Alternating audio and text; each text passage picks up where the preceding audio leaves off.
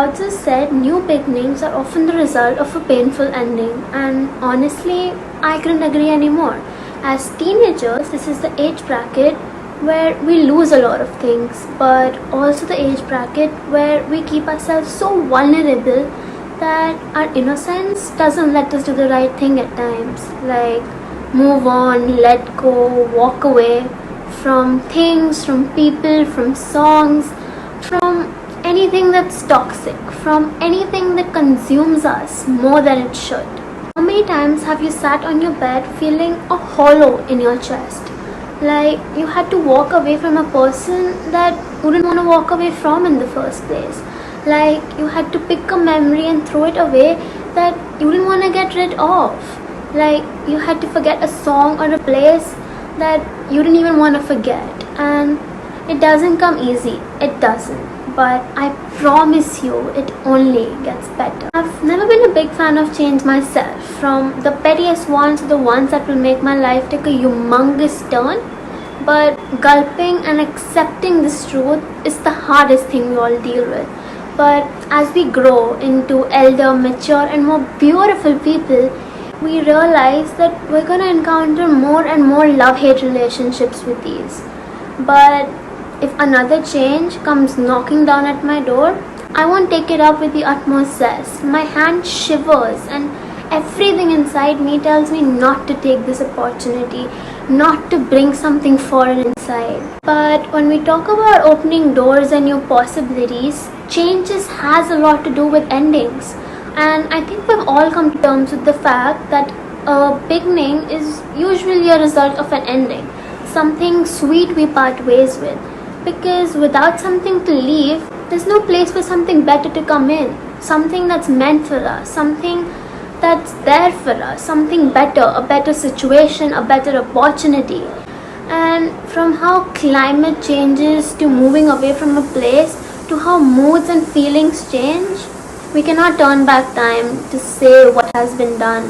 But what we can do is we can embrace them. We can see the good in them.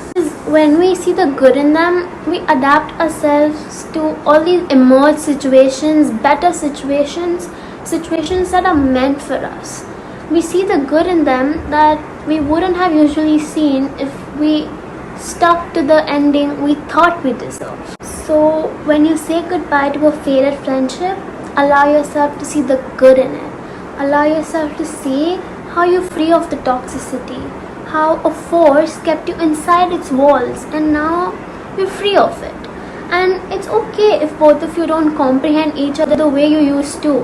And it's okay if either of you doesn't add value to the other's life like before. And hence, it's only natural and more importantly rational for either of you to leave, to make space for a better friendship, a better relationship, a friendship that flourishes for the second time around or maybe even the seventh.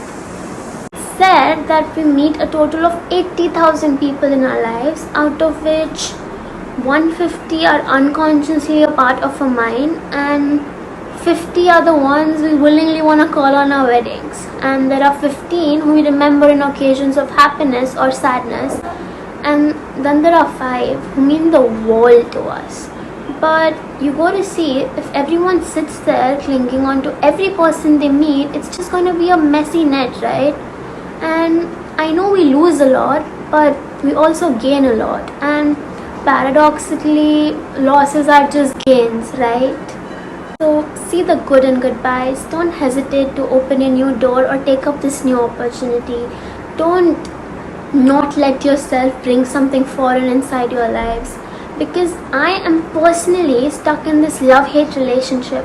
I'm hating it because of the stress and anxiety that comes with it. Waking up and feeling worn and tired, it just doesn't feel right. But sometimes with some people, it just feels so good, but it's so wrong. And when it starts to feel wrong, that's when you start comprehending everything you've gained from that relationship. And in return, you see yourself loving all these unavoidable changes, everything that came to you without a warning. Because whether you like it or not, all of these things are gonna come rushing down to you at one point in your life without a warning, without a caution mark. And at that point, I hope you see these opportunities, beginnings, endings with the utmost positivity and pride. I hope you look at them as a fresh start from the back of your mind, like a piece of you that has left but now has only come back to make it better. And just like Winnie the Pooh said, how lucky am I to have something that makes saying goodbye so hard. Thank you.